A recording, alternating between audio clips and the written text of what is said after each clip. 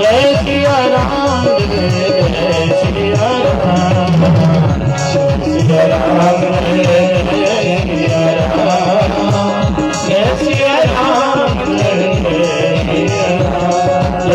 सिया राम जय सिया राम जय सिया राम।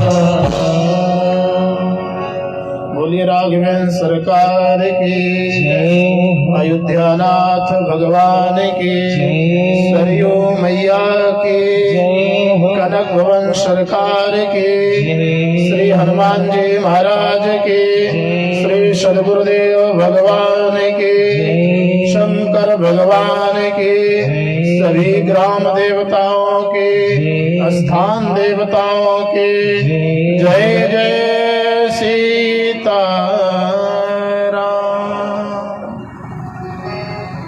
परम मंगलमय परात्पर अखिलेश्वर अकारण करुणा वरुणालय भक्त वांछा कल्पतरु तरित विनिंदित पीताम्बरधारी आनंद कंद दशरथ नंदन कौशल्या सुवर्धन भक्तधन प्राणेश्वर प्राणवल्लभ कर्तुम अकर्तुम सर्व समर्थवान ईश्वर जगदीश्वर परमेश्वर सर्वेश्वर भगवान श्री राघवेंद्र सरकार की दिव्य वांगमय प्रतिस्वरूपा श्रीमद् वाल्मीकि रामायण भाषती पारंबा जगत जननी विदेह नंदनी सुनैना नंदनी भगवान श्री राम की प्राण प्रीतमा सर्वेश्वरी जगदीश्वरी भुवन त्रिपुर सुंदरी भगवती भाषवती माँ जानकी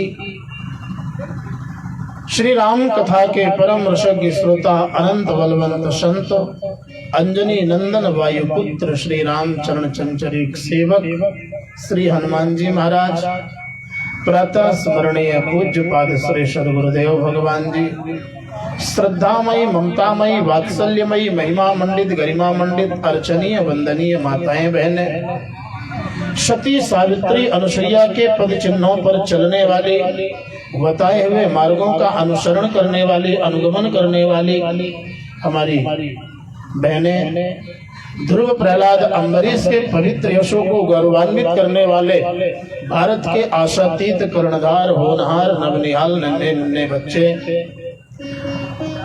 एवं श्री श्रद्धेय वाल्मीकि जी महाराज के एक एक श्लोकों पर श्रद्धा रखने वाले विश्वास रखने वाले मार्ग का अनुगमन करने वाले हमारे सभी बुजुर्ग बंधु दूर दराज से आए हुए हमारे सभी श्रोता महानुभाव मंच पर विराजमान परम श्रद्धेय श्री सदगुरुदेव भगवान जी हमारे वाम भाग में विराजमान हमारे श्रीमद् वाल्मीकि रामायण के सभी यजमानगण सपत्नीक आप सभी इस यज्ञ में आहूत पधारे हुए दूर दराज से हमारे सभी ब्राह्मण देवतागण आचार्यगण विप्रगण आप सभी के हृदय में बैठे उस परमात्मा को मेरा बारंबार प्रणाम है। आज बड़ा ही सुंदर समय है। भगवान की कथा बहुत ही दुर्गम वस्तु है। हम समझे भले ना, पर दुनिया में सब कुछ मिल सकता है, पर दो चीज बहुत दुर्लभ है। बाकी सब कुछ मिल जाएगा, पर भगवान की कथा नहीं मिलती। भगवान की कथा जब भाग्य में होता है तब मिलता है। सुतदारा अरु लक्ष्मी पापियों के घर हो, संत दरस अरु हरि कथा तुलसी दुर्लभ दो। दुर्लभ क्या क्या है? संत दरस अरु हरि कथा। भगवान की कथा और संतों का दर्शन, ब्राह्मणों का दर्शन, ये अति दुर्लभ है। इस सुगमता से सरलता से प्राप्त नहीं होता है।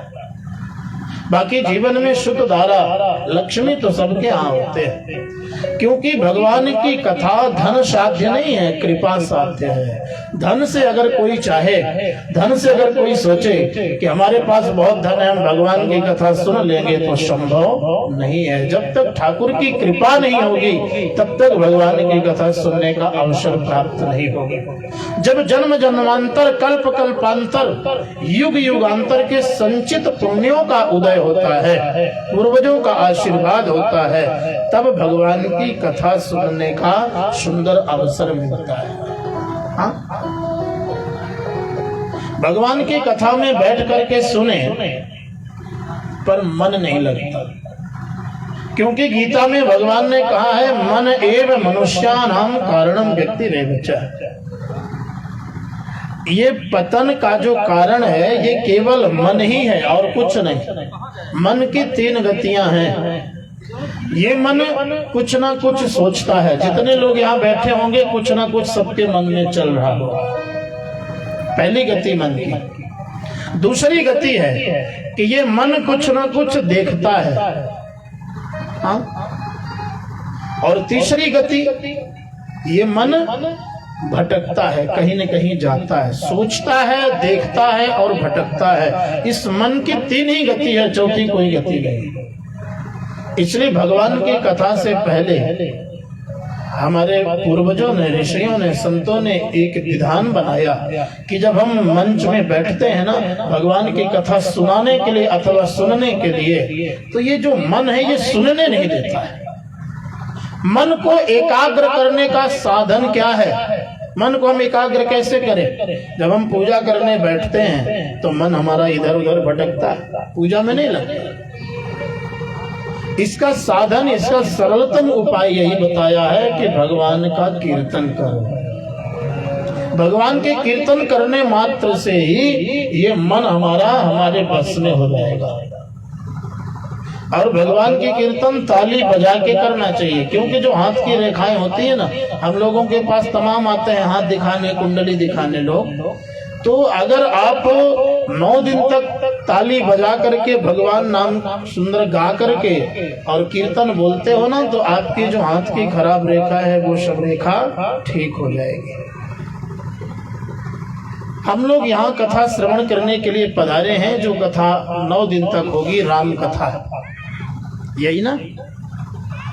राम कथा का मतलब क्या है? कथाएं तो जीवन में बहुत हैं, 18 पुराण है, पर राम कथा जीवन जीने की कला सिखाती है। अगर आपको माता पिता से संबंध कैसा होना चाहिए, अगर ये सीखना है तो आपको राम कथा सुनना पड़ेगा। भाई और भाई का संबंध कैसा होना चाहिए, आपको राम कथा, भरत और राम का मिलाप सुनना पड़ेगा। हाँ? पति और पत्नी का संबंध कैसा होना चाहिए, अगर आपको ये जानना है ना, ये सीखना है, तो आपको राम कथा सुनना पड़ेगा। माता जानकी और मेरे प्रभु श्री राम का जो चरित्र है उसको सुनना पड़ेगा। जीने की कला तो सिखाती ही सिखाती है राम कथा, मरने की कला भी राम कथा सिखाती है। ये राम कथा जीवन दर्पण है। अगर मृत्यु सीखना है किसी को कि मरा कैसे जाता है, तो भी आपको राम कथा सुनना पड़ेगा। रावण के प्रसंग को सुन करके समझना पड़ेगा कि आखिर रावण जानता था कि मैं प्रभु श्री राम से नहीं जीतूंगा, ये ब्रह्म है, ईश्वर है, भगवान है, फिर ये रावण इनसे विरोध क्यों किया? अपनी मृत्यु को सुधारा। जीवन जीने की कला अगर सीखना है तो राम कथा सुनना पड़ेगा। हर व्यक्ति ये चाहता है।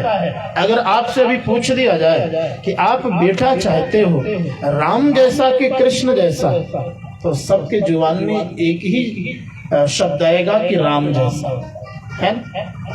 क्या कोई चाहता है कृष्ण जैसा बेटा हो, 16,108 विवाह कर ले? नहीं चाहता ना। हर व्यक्ति यही चाहता है कि राम जैसा मेरा बेटा हो। तो जब राम जैसा बेटा चाहते हो तो राम जी में वो कौन से गुण थे, वो तो राम कथा जब सुनोगे तब समझ में आएगा। और मेरी कोशिश रहेगी, अगर आप लोग सच्चे मन से कथा सुनोगे ना, तो मेरी कोशिश रहेगी कि मैं संपूर्ण राम कथा बड़े ढंग से सुनाऊं, क्योंकि अयोध्या का हूं ना, इसलिए राम कथा पर अधिकार भी ज्यादा है अयोध्या वासियों का। राम कथा सुनने के लिए 5 वस्तु की आवश्यकता है। अगर 5 वस्तु आपके पास नहीं है तो आपके समझ में राम कथा नहीं आएगी। जानते हो क्या क्या? जे श्रद्धा संबल रहित नहीं संतन कर साथ, तिन कहु मानस अगमयति जिन्हि न प्रिय रघुनाथ। भाग्यो देन बहुजन्म समर्जितेन, सत्संग मंच लभते पुरुषो यदा वै। अज्ञान हेतु कृत मोह मदान्धकार, नाशं विधाय हितगो उदयते विवेकः। श्रद्धा, पहली चीज भगवान की कथा सुनने के लिए श्रद्धा होना चाहिए। दूसरी चीज शरीर में जान होना चाहिए। अगर शरीर में ताकत नहीं है, बैठ सकते नहीं, फिर कैसे कथा सुनोगे? तीसरी बात, संतों का संग अगर आपने कभी नहीं किया है तो आपकी कथा समझ में नहीं आएगी। शताम संग सत्संग, जो संतों का समागम होता है वही तो सत्संग है। हाँ? और जो भगवान राम से प्रीति नहीं रखते हैं, प्रेम नहीं रखते हैं, उन्हें कैसे कथा समझ में आएगी? क्योंकि जाने बिन न होए प्रतीति, और बिन प्रतीति होए नहीं प्रीति। इसलिए भगवान की कथा बड़े ही भाव से सुनना चाहिए, श्रद्धा और भक्ति से सुनना चाहिए। हम लोगों को जिसके बारे में चर्चा करना है ना, श्रीमद् वाल्मीकि रामायण। वाल्मीकि रामायण में आइए हम लोग, चूंकि आज पहला दिन है, थोड़ा सा व्यतिक्रम हुआ है समय का। कल से कथा का समय ठीक 4:30 बजे से 8 बजे तक। 4:30 बजे हमारे महाराज जी लोग आ जाएंगे और 5 बजे मैं आऊंगा और 8 बजे कथा विश्राम हो जाएंगे। आज थोड़ा सा पहले दिन सब जगह व्यतिक्रम होता है, पर थोड़ा सा कुछ प्रसंग हम लोग श्रवण करेंगे। वाल्मीकि रामायण में कहाँ से प्रारंभ होता है वाल्मीकि रामायण, इसे हमें सबसे पहले जानना चाहिए। तपः स्वाध्याय निरतं तपस्वी वाग्विदाम्बरं, नारदं परिप्रपक्ष वाल्मीकि मुनिपुंगवम्। वाल्मीकि जी महाराज को श्री नारद जी महाराज ने सर्वप्रथम प्रभु श्री राम के पावन चरित्रों को श्रवण कराया। श्री वाल्मीकि जी महाराज आश्रम में निवास करते हैं और श्री वाल्मीकि जी महाराज का मन भगवान के चरणों में निरंतर लगा रहता है। उनकी इच्छा हो रही है रामचरित्र सुनने के लिए। तो श्री नारद जी महाराज आए और श्री नारद जी महाराज ने अपने मुखार बिंदुओं से संक्षेप का मतलब केवल थोड़े थोड़े प्रसंगों को स्पर्श करते हुए पूरी राम कथा सुना डाली। नारद जी महाराज खुद कह रहे हैं, इक्ष्वाकुवंश प्रभवो राम नाम जनैः श्रुतैः, नियतात्मा महावीर्यो धृतिमान इक्ष्वाकु वंश में उत्पन्न भगवान श्री राघवेंद्र सरकार का पावन चरित्र जनैः श्रुतः अपने परिवार के साथ में सुनना चाहिए, सबको सुनना चाहिए। जिससे इससे होता क्या है? बोले इससे बुद्धि बढ़ती है, विवेक बढ़ता है, भक्ति बढ़ती है, सब कुछ इससे बढ़ता है। इसलिए श्री नारद जी महाराज ने बताया, राम कथा सुनाते हुए लास्ट में बताया कि भगवान श्री राघवेंद्र सरकार इस धराधाम पर 11,000 वर्ष तक राज्य किए। कितने दिन तक रहे भगवान श्री राम इस धरती पर? 11,000 वर्ष तक। नारद जी महाराज कहते हैं 10 वर्षाणि 10 वर्ष शतानि च रामो राज्यम पाशिभ्य ब्रह्मलोकम प्रयास्यति। 10 वर्ष सहस्राणि 11,000 वर्ष तक भगवान श्री राघवेंद्र सरकार इस धरती पर निवास किए, अपनी लीला किए। और भगवान श्री राघवेंद्र सरकार लीला करके सभी लोगों को सुंदर आचरण पर चलने के लिए भगवान श्री राम ने प्रेरणा दी। नारद जी महाराज वाल्मीकि जी महाराज को राम कथा सूक्ष्म में सुना के चले गए। अब श्री वाल्मीकि जी महाराज अपने शिष्य के साथ में श्री भरद्वाज जी महाराज के साथ में तमसा नदी में स्नान करने के लिए गए। तो वाल्मीकि जी महाराज ने एक बात देखा कि क्रौंच पक्षी नर और मादा दोनों आपस में प्रेम कर रहे थे। उसी समय एक बहेलिया, एक व्याध आया और उस नर पक्षी क्रौंच को मार दिया, बाण से मार दिया। जब बाण से मार दिया तो जो क्रौंची थी, उस पक्षी की जो मादा थी, पत्नी थी, जो वो क्रौंची विलाप करके तड़प करके और डाल से गिर पड़ी। जब डाल से गिरी तो वो बहेलिया उस पक्षी को भी ले लिया, जाल में फंसा लिया। उस समय वाल्मीकि जी महाराज ने जब इस दृश्य को देखा तो वाल्मीकि जी महाराज को बड़ा दुख हुआ, बड़ा कष्ट हुआ कि देखो ये कितना मूर्ख बहेलिया है, इसने जोड़ा को भी छो कर दिया। और जो पति से पत्नी को अलग करता है वो महापापी होता है। जो गाय से बछड़े को अलग करता है वो महापापी होता है। जो माँ से बच्चे को अलग करता है वो महापापी होता है। आजकल 4 भाई है ना, तो लोग कहते हैं जब हिस्सा बंटता है तो कहते हैं हिस्सा तो सभी लोग ले रहे हो, तो एक काम करो पिताजी मेरे तरफ आ जाए और मम्मी को तुम अपने तरफ रख लो। माँ और बाप को ही बांट देते हैं, ये तो है कलयुग। जबकि माँ बाप को कभी अलग नहीं करना चाहिए। पति पत्नी को कभी बीच में झगड़े में नहीं आना चाहिए, उनके बीच में, ये तो महापापी होता है। माँ और बेटे को कभी अलग नहीं करना चाहिए।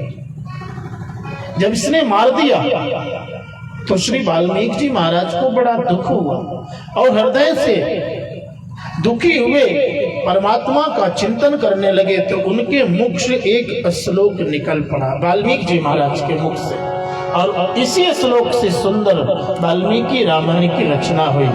वो श्लोक निकला, मां निषाद प्रतिष्ठातुम गमा शाश्वती समा यद क्रौंच मिथुनादेकम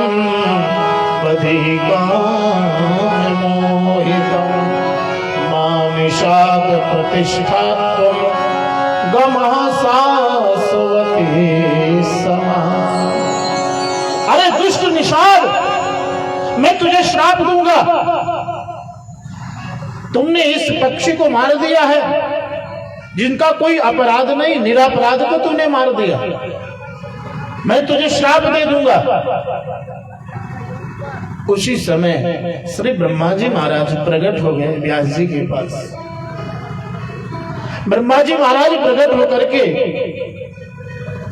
और जाकर के वाल्मीकि जी महाराज से निवेदन किया, अरे वाल्मीकि जी आप संत हो, संत को तो क्रोध नहीं करना चाहिए। संत उसी को कहते हैं बड़ी बड़ी दाढ़ी बढ़ा लेने से, लाल पीले वस्त्र पहन लेने से कोई संत नहीं हो जाता।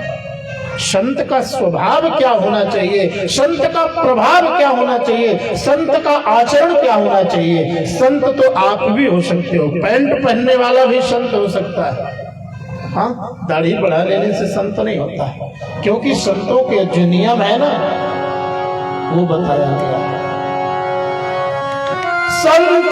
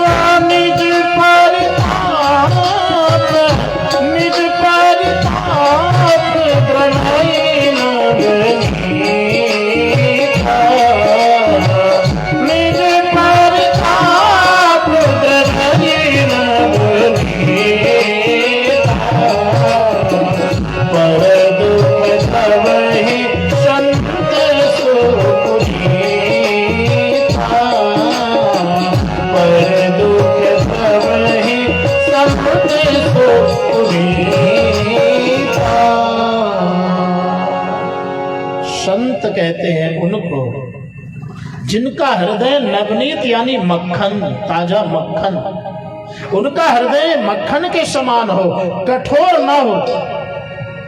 हाँ? किसी के करुणा को देख करके उनका मन पिघल जाए, वो है संत। अपने दुख से नहीं, संत तो भक्तों के दुख से दुखी हो जाते हैं, दूसरे के दुख से दुखी हो जाते हैं। अपने दुख से तो दुनिया दुखी होती है, किसी दूसरे के दुख को आप अपने हृदय में बैठा लो तब तो आप संत हो। ये मक्खन आपको श्री नारद जी महाराज ने सुनाया है ना, वो राम कथा आप लिख डालो। तब श्री वाल्मीकि जी महाराज आश्रम में बैठ करके और सुंदर प्रभु श्री राम की कथा लिखे, है? और उसी कथा को श्री वाल्मीकि जी महाराज ने लवकुश को सुनाया। जब माता पार्वती, माता भगवती जानकी, एक किताब है विभूति जी ने लिखा है सीता निर्वासन। सीता निर्वासन की जो कथा है, जानकी जी को जब अयोध्या से निकाला गया था गर्भावस्था में, जब माता जानकी वाल्मीकि जी महाराज के आश्रम में निवास कर रही थी तो माता जानकी ने सुंदर 2 पुत्रों को जन्म दिया है। 2 सुत सुंदर जाए, लवकुश वेद पुराणन गाए। माता जानकी ने 2 पुत्रों को जन्म दिया। तमाम मैंने सुना है क्रमदंती कथा को एक तो कुश का बना के रख दी थी और ये है वो है, पर शास्त्र कह रहा है उन्हीं लवकुश को अपना शिष्य बनाया और संपूर्ण राम कथा उनको सिखाई और सुनाई। वही लवकुश अयोध्या में भगवान श्री राघवेंद्र सरकार जब अश्वमेध यज्ञ कर रहे थे तो वही लवकुश गए थे अयोध्या में राम कथा गाने के लिए। और लवकुश ने पूरे अयोध्या वासियों के सामने, पूरे अयोध्या वासी बैठे थे, महाराज दशरथ का सुंदर समाज बैठा था, राज दरबार लगा था, भगवान श्री राम यज्ञ करने के लिए गए थे। उसी समय लवकुश ने जब राम कथा सुनाई तो लवकुश ने भगवान श्री राम से पूछा, अयोध्या वासियों से पूछा, महाराज से पूछा कि ये बताइए कि मेरी माता जानकी का अपराध क्या था जो आप लोगों ने अयोध्या से उन्हें गर्भावस्था में निकाल के वन में फेंक दिया?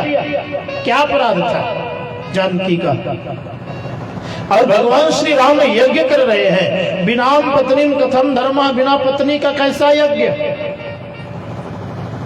राम जी ने सोने की सीता बनवाई थी। हाँ?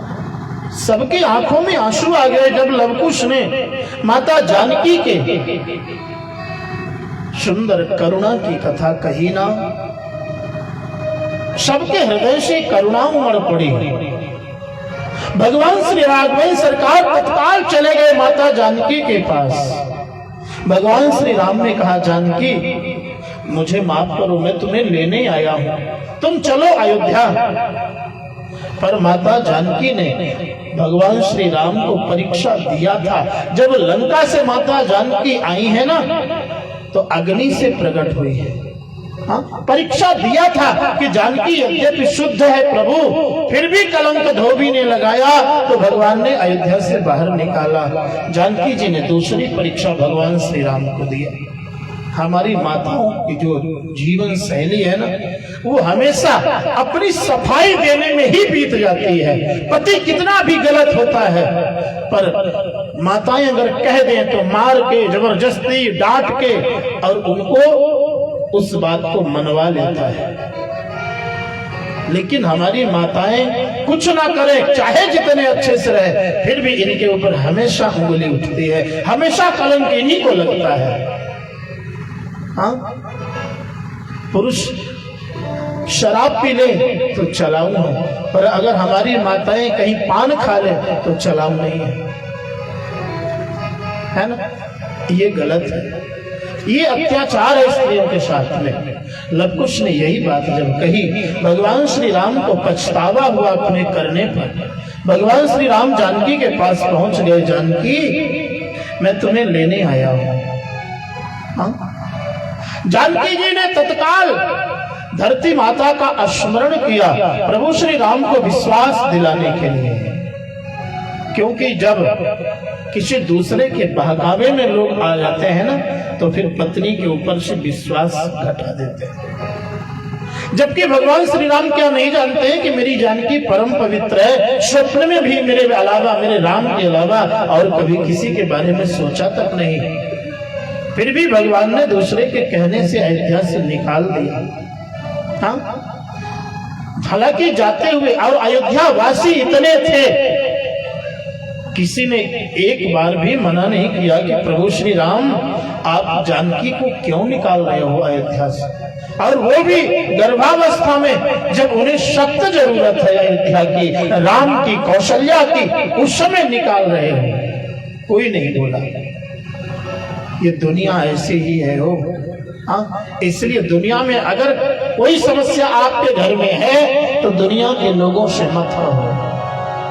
दुनिया के लोगों से कहोगे ना तो बदनामी होगी।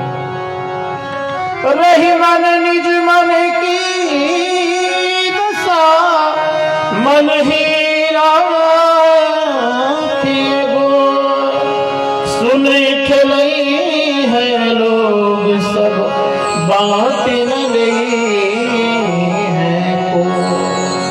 अपने मन की व्यथा, अपने परिवार की व्यथा दुनिया में किसी से मत कहो, क्योंकि दुनिया के लोग हंसेंगे, उपहास करेंगे, मजबूरी का फायदा उठाएंगे।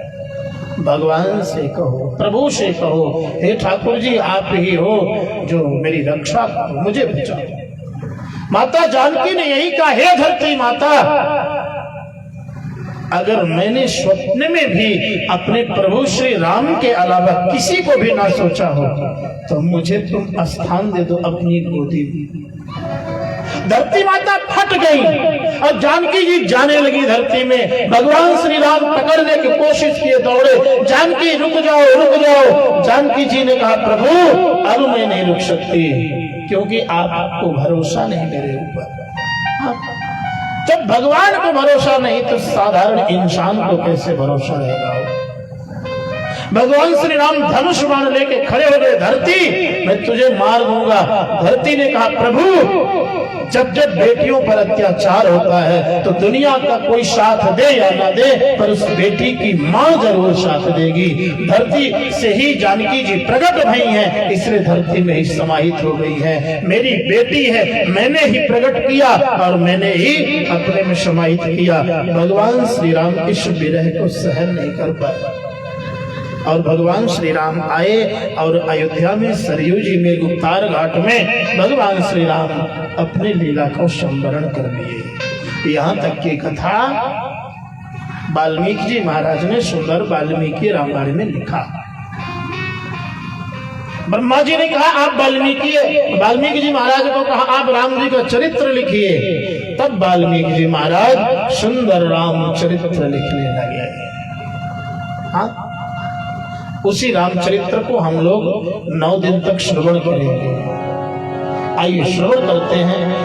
कुछ वाल्मीकि रामायण से और कुछ रामचरितमानस से मिला जुला करके हम लोग आगे चलते हैं। सबसे पहले श्री वाल्मीकि जी महाराज ने गुरु की वंदना किया है, क्योंकि जीवन में गुरु से बढ़ के कोई नहीं होता है। अखंडानंद बोधाय विश्व संतापहारिणे सच्चिदानंद रूपाय तस्मै श्री गुरुवे नमः। बंदहु गुरु पद पद रागा सुरचि सुभाव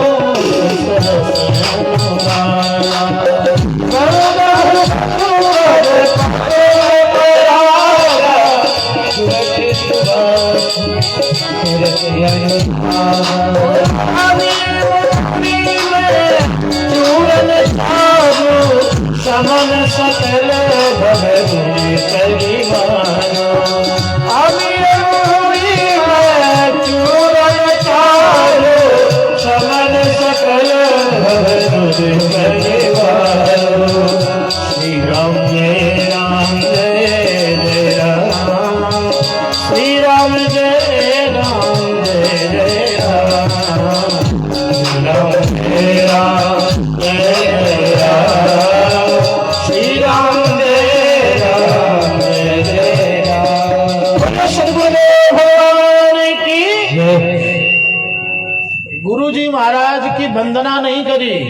गुरु जी के चरण रज की वंदना करी। हाँ? चरण रज की वंदना क्यों करी जानते हो? जो शक्ति चरण रज में है वो शक्ति किसी में नहीं है ना? आपको जान लेना चाहिए, जब अहिल्या उद्धार का समय आया, आप सभी लोग जानते हैं, तो अहिल्या ने यही कहा। क्या कहा अहिल्या ने? चरण कमल रज चाहती कृपा करहु रघुवीर। वो क्या चाह रही है? बोले रज चाह रही है। बोले अरे रज क्यों चाह रही है? जब प्रभु सामने खड़े हैं तो दर्शन करे, पैर छुए, वो रज क्यों चाहती है? रज में बहुत बड़ा कारण है। आजकल लोग पैर छूते हैं ना तो घुटने से पैर छूते हैं, जबकि पैर छूने का विधान ये है कि रज सदगुरुदेव भगवान का, ब्राह्मण का, संत का जो रज है चरण का, वो आपके मस्तक पर लगना चाहिए, है? तो आजकल तो लोग घुटने को छू के प्रणाम करते हैं, और वो भी उसमें भी शर्म करने लगे हैं आजकल लोग, जबकि ये अपनी परंपरा नहीं है। प्रणाम चरण का करना चाहिए, चरण रज का करना चाहिए। सदगुरुदेव भगवान के चरण का इसलिए वंदना किया क्योंकि गुरुदेव भगवान के चरण रज अगर आंखों का अंजल बन जाए, आंखों में लग जाए, तो जो हमारे आंख का चश्मा है ना, उल्टा सीधा दिखने वाला, वो पवित्र हो जाएगा, भावना पवित्र हो जाएगी, दृष्टि पवित्र हो जाएगी। क्योंकि चरण रज उन्हीं के सुंदर होते हैं जिनके चरण सुंदर होते हैं, और चरण उन्हीं के सुंदर होते हैं जिनके आचरण सुंदर होते हैं, आचरण उन्हीं के सुंदर होते हैं जिनके सदगुरुदेव भगवान ज्ञानी होते हैं और अपने शिष्य को ज्ञान देते हैं। केवल मंत्र दे देने से बात नहीं बनती। हरे शिष्य धन शोक न हरई, सो गुरु घोर नरक मा परई। जो केवल चेला का पैसा के लिए ही केवल गुरु मंत्र दे कि पैसा लाओ बस, तो ऐसे गुरु का कल्याण धर्म है कि चेला को भगवत प्राप्ति का उपाय बतावे, साधन बतावे, मार्ग बतावे। अब चेला ना माने वो हो जाए। गुरुदेव भगवान को प्रणाम किया है श्री वाल्मीकि की। जो शरण गुरु की आया, इह लोक सुखी परलोक सुखी। शरण गुरु की आया, इह लोक सुखी परलोक सुखी। इह लोक सुखी परलोक सुखी। इह लोक सुखी परलोक सुखी। इह लोक सुखी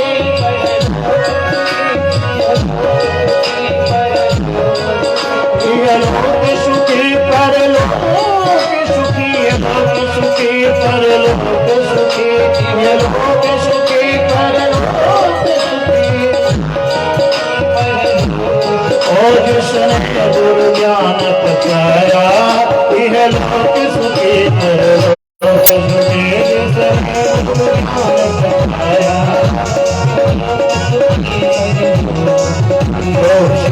गुरु की आया, यह लोक सुखी परलोक सुखी। गुरु की आया।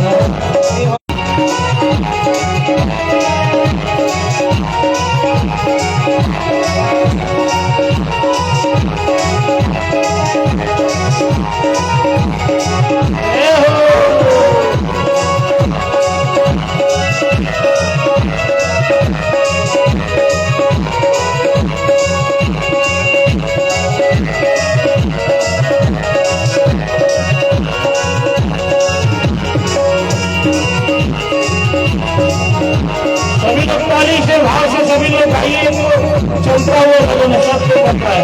सभी लोग गाइए। रामायण में शिव जी कहते, भागवत में गाया। रामायण में शिव जी कहते, भागवत में सुन गाया। गुरुवाणी में नानक कहते हैं, गुरुवाणी में नानक कहते हैं, यह लोक सुख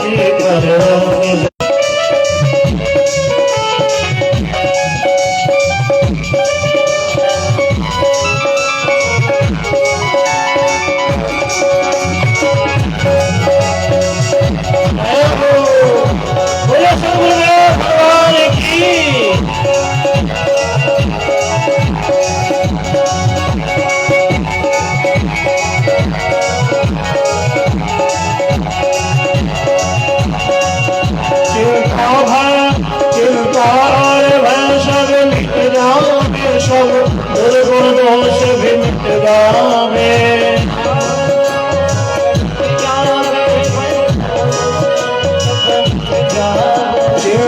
और भय सब मिट जावे, सब दुर्गुण दोष भी मिट जावे। चमकेगा भाग्य सितारा सा, चमकेगा भाग्य सितारा सा, यह लोक सुखी परलोक सुखी। चमकेगा भाग्य सितारा सा, यह लोक सुखी परलोक सुखी। यह लोक सुखी परलोक सुखी।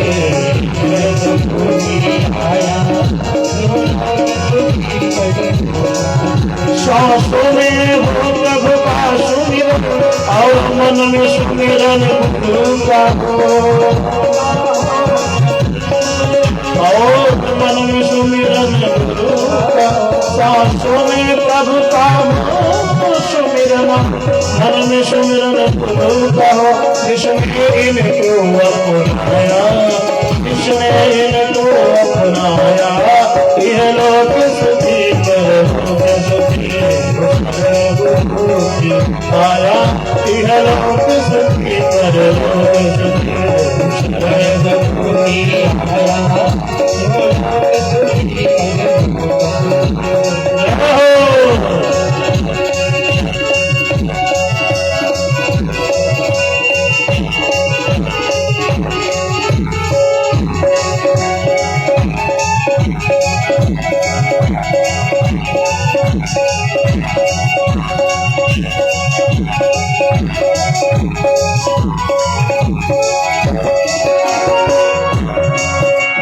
सत्संग में आ जाएंगे वो प्रभु कृपा पा जाएंगे। जो सत्संग में आ जाएंगे वो प्रभु कृपा पा जाएंगे। जो सत्संग में आ जाएंगे वो प्रभु कृपा पा जाएंगे। अब सागर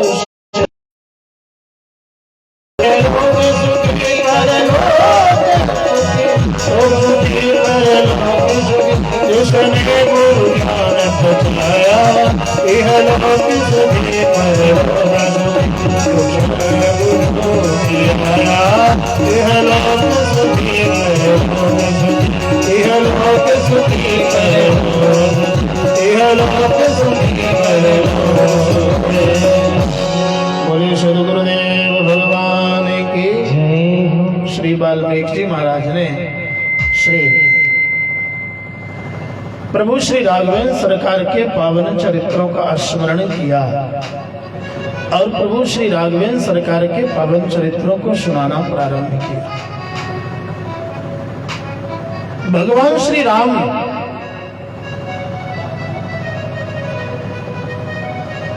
धर्मज्ञ कौन है, नीतिज्ञ कौन है, पुरुषार्थी कौन है, यथार्थी कौन है, मर्यादा पुरुषोत्तम कौन है, इस संसार में सबसे बड़े वीर कौन है, सबसे बड़े ज्ञानी कौन है, सबसे बड़े आचरणवान कौन है, इस प्रकार के 14 प्रश्न श्री वाल्मीकि जी महाराज के हृदय में उभरे और उन्हीं 14 प्रश्नों का उत्तर संपूर्ण वाल्मीकि रामायण हुआ।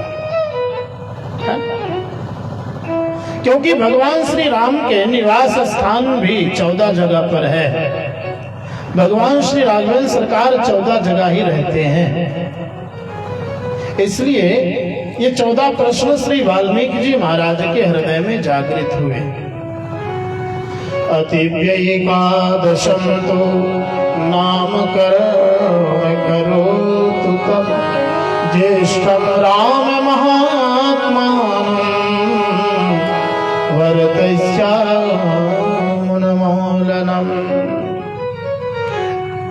ये वाल्मीकि रामायण में मुख्य रूप से 24,000 श्लोक हैं। कितने हैं?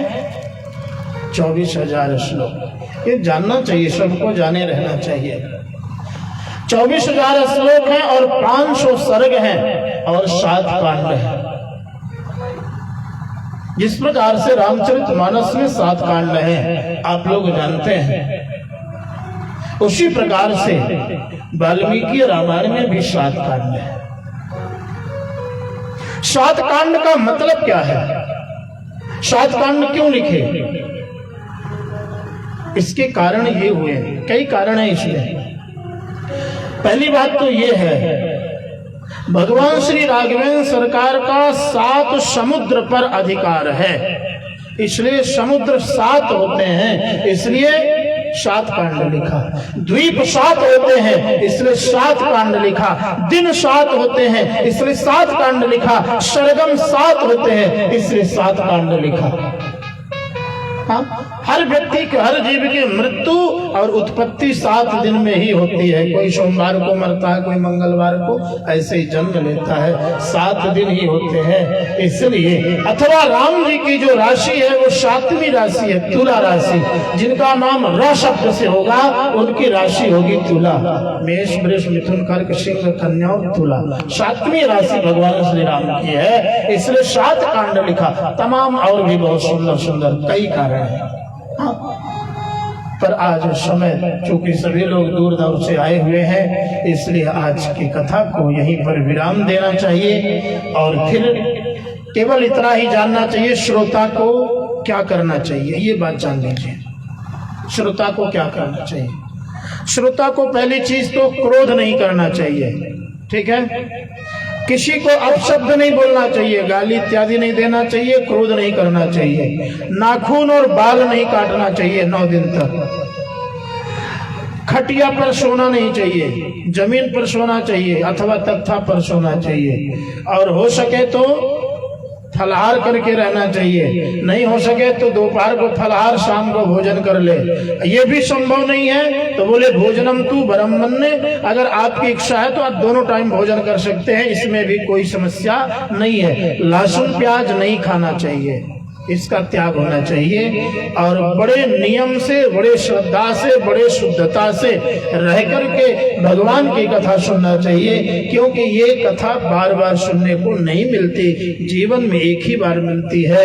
इसलिए बड़े नियम और धर्म से इस कथा को सुनना चाहिए। जितने भी श्रोता लोग हैं तो ये नियम सबके लिए है, पर मुख्य करके जो मेन श्रोता है उनके लिए तो आवश्यक है। अगर सभी लोग इसका पालन करें तो ये ज्यादा अच्छा होगा। हाँ? तो कल से हम लोग सुंदर भगवान की पावन कथा सुनेंगे। आइए आज यही पर वाणी को विराम देते हैं। आरती होगी और आरती के बाद प्रसाद की व्यवस्था है। सभी लोग आरती और प्रसाद लेकर के अपने अपने घर को जाएंगे। और कल से कितने बजे आना है? कितने बजे आना है? 4:30। 4:30 बजे सबको आ जाना है, क्योंकि समय का मैं बहुत परेशान। जय श्री राम, जय जय श्री राम, जय श्री राम, जय जय श्री राम, जय श्री राम, जय जय श्री राम, जय श्री राम, जय जय श्री राम, जय श्री राम, जय जय श्री राम, जय श्री राम, जय जय श्री राम, जय श्री राम, जय जय श्री राम। बोली राघवेंद्र सरकार की, अयोध्यानाथ भगवान की, श्री हनुमान जी महाराज की, वाल्मीकि महापुराण की, श्रोता समुदाय की, ग्राम देवताओं की जय जय श्री सीताराम। सभी लोग खड़े हो जाएं।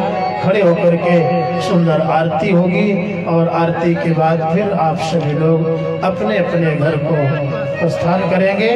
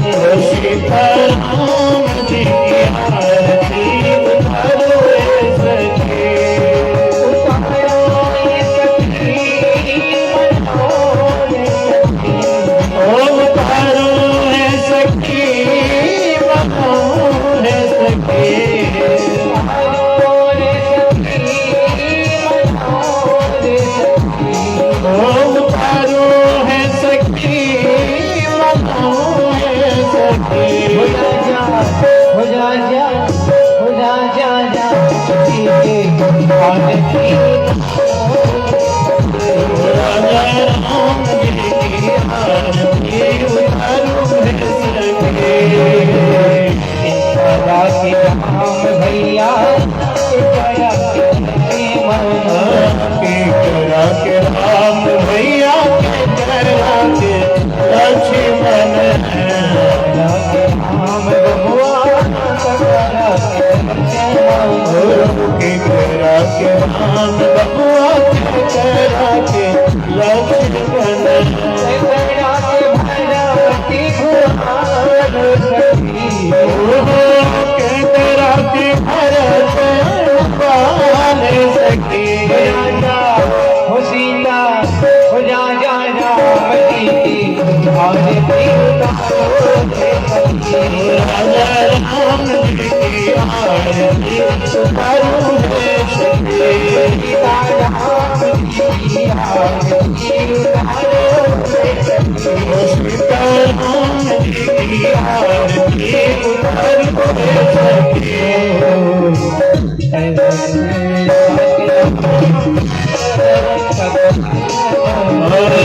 कौशल्या के राम बबुआ सुमित्रा के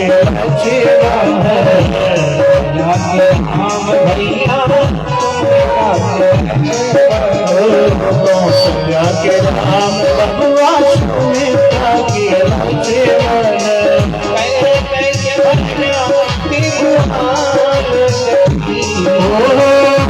कई के भरत बाल सखी राजा सीता राम सीता राम की आरती उतारो राजा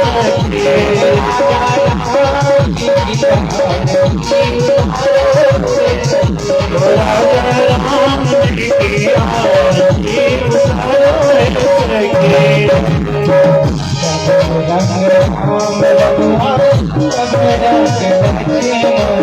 सावर सावर राम जी पूरे बबुआ लक्ष्मण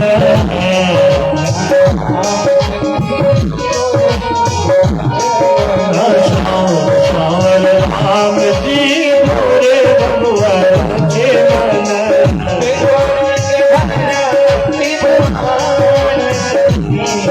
सावर है भरत भगवान सखी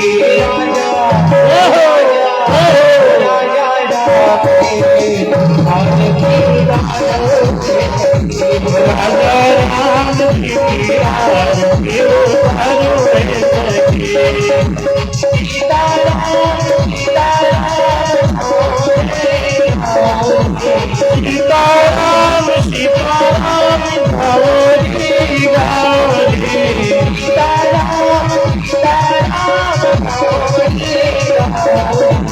सीता राम गौरी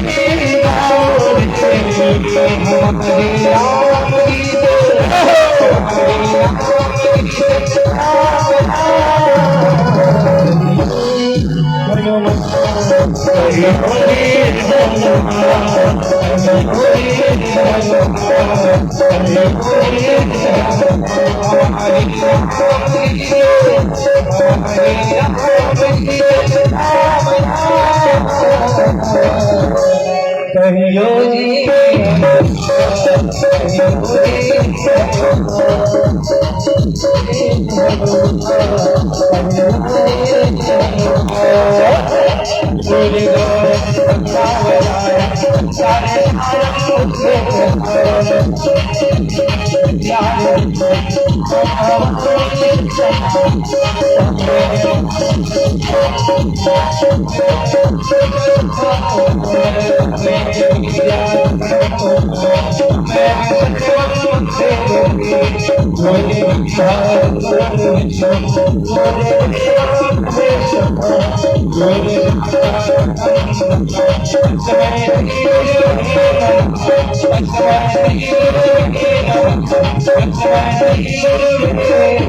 Thank you.